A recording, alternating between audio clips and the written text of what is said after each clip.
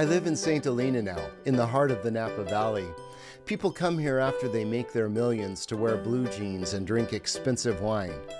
It's impossible not to love this quaint little town. I'm on a first-name basis with the mayor and the police chief. I play my French horn in the community band. People smile and wave at the grocery store, the movie theater, the hamburger joint. It's basically Mayberry, if Aunt Bee was a retired movie star and Barney an eccentric millionaire. At night, the marine layer creeps up from San Francisco, dropping the temperature into the 50s. I shove my arms through my down vest, sling my backpack over my shoulder, and give my wife a kiss on the way out the door. I start my walk to the senior center, where I am the director. Craftsman homes with perfectly manicured lawns line the streets. I'm looking wistfully at them when I spy a woman with some kind of a doodle up ahead. It stops to sniff a dandelion, failing to notice my approach. It utters a startled woof. "Good morning," I laugh. "Good morning," she laughs back, tugging on the leash. We glance up at exactly the same moment and look into each other's eyes. It's as weird as if we'd bonked heads. Sociologists who study eye contact say after 2.3 seconds, it's kiss or kill. We're not interested in either, so we reattach our eyes to the sidewalk and continue on our way. Human beings go through most of their lives carefully avoiding eye contact with each other because our eyes tell the truth. We are lost. Not a little off course, not slightly disoriented, lost as a goose in a snowstorm lost. There are no answers for the things we most desperately want to know. What is this place? How did we get here? What are we? Is there any point in it? It's like we woke up together in a dream. We can't make any sense of it, so we play a game of I'm okay, you're okay. What's up? Same old, same old. How's it going? Fine. It's as fake as a pair of Groucho Marx glasses. And when we look past them and see into each other's eyes, we see ourselves hiding in there. If I had any courage, when I met you on the street, I'd walk right up to you. I would point to the sky, to the sun, to the trees, to the traffic, and the nose on my face to you, and I would say, "What the hell is going on?" And if you had any courage, you would look me straight in the eye and say, "I haven't a clue." Then we would stand on the sacred ground of our shared humanity. I'd put my arm around you. You'd put your arm around me. "Hello, pilgrim. So good to finally meet you." Our deepest connection as human beings is not anything that we know, not anything that we believe. It is the fact that we are lost. But of course, we don't do this. For one thing, if you went around saying, "What the hell is going on?" If you walked into work every morning and said, "What the hell is going on?" If you passed people in the street and went up to buy your coffee and said, "What's going on? What's going on?" If you said that too much, they'd throw you in the nut house. And then there's the fact that we're all caught up in our own story. We think that our day of getting out of bed and going to work and all of that, that's the really what's going on. Just same old, everything's fine, thank you. We also don't bother asking each other what's going on because we know nobody knows.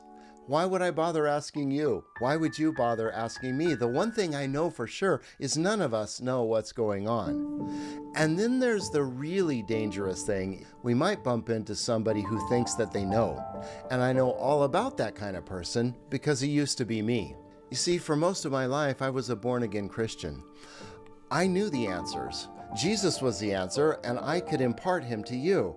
I had a presentation that I would take you through. All you had to do was say a prayer, and you too, like me, would live a full and meaningful life, until it started to fall apart.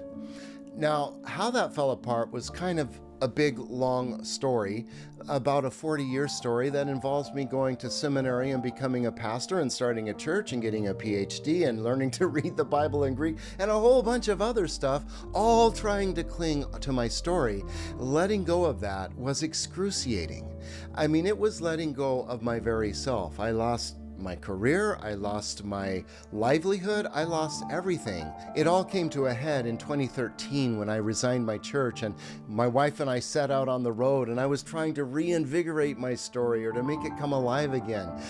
I was sitting in a chair teaching an online Greek class. It had gone well, and I closed the laptop and I felt like, wow, I really did a good job. And I walked into the kitchen and I said to my wife, Julie, man, it's just weird to be so good at something that you know you can't do anymore.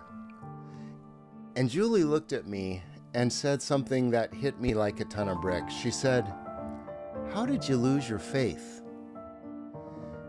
How did you lose your faith? I guess up to that point, I didn't realize I had really lost it. I kept thinking I would reinvigorate it, that it would come back.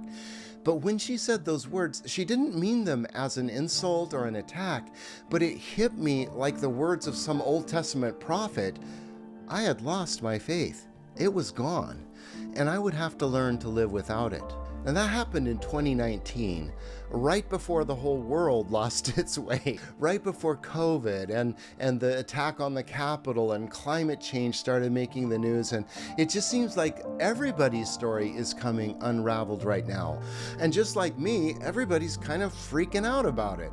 We try to reinvigorate a story. We try to cling to our old story, make America great again, or whatever our thing is. We're longing for an answer to these big questions, and we want to tell a story that will give meaning to our lives. As a person who has spent his whole life seeking those big questions, I've come to one conclusion. One thing I've learned in my life of searching: no one has them.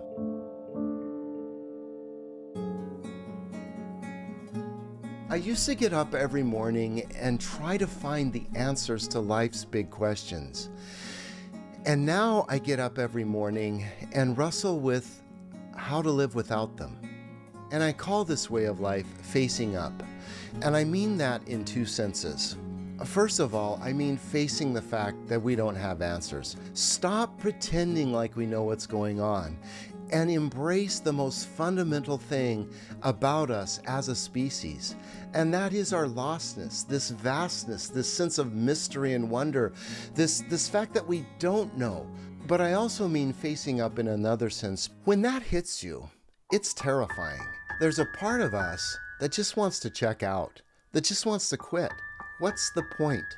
In a world where there's so much pain, where there's so much confusion, where there's so much conflict, facing up means not giving up. Because when we abandon the pretense of knowing and we come together on the ground of honesty, of our common human struggle, there's a real bond there. There's a connection there that's deeper than any religion.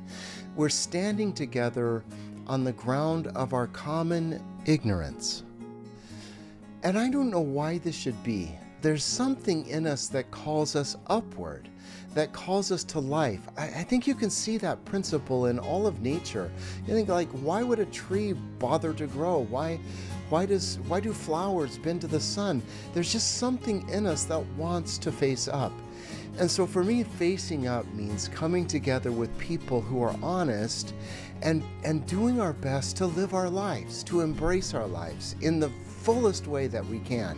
It's like we were living in this little playhouse of our own construction, and life comes along and just blows the roof off. And it is awful. It's terrifying. And we're naked and they're like, yikes, look at that. But we look up and all of a sudden we can see the stars. It's not an answer. It's not a solution. It's an honesty of being together, of being true to what we really are. I was a preacher, a professor, a God-splainer, a rock. Then my high pulpit crumbled. I thought I would land, but just kept falling. So I traded my firm foundation for a set of wings and made my home on a rush of wind.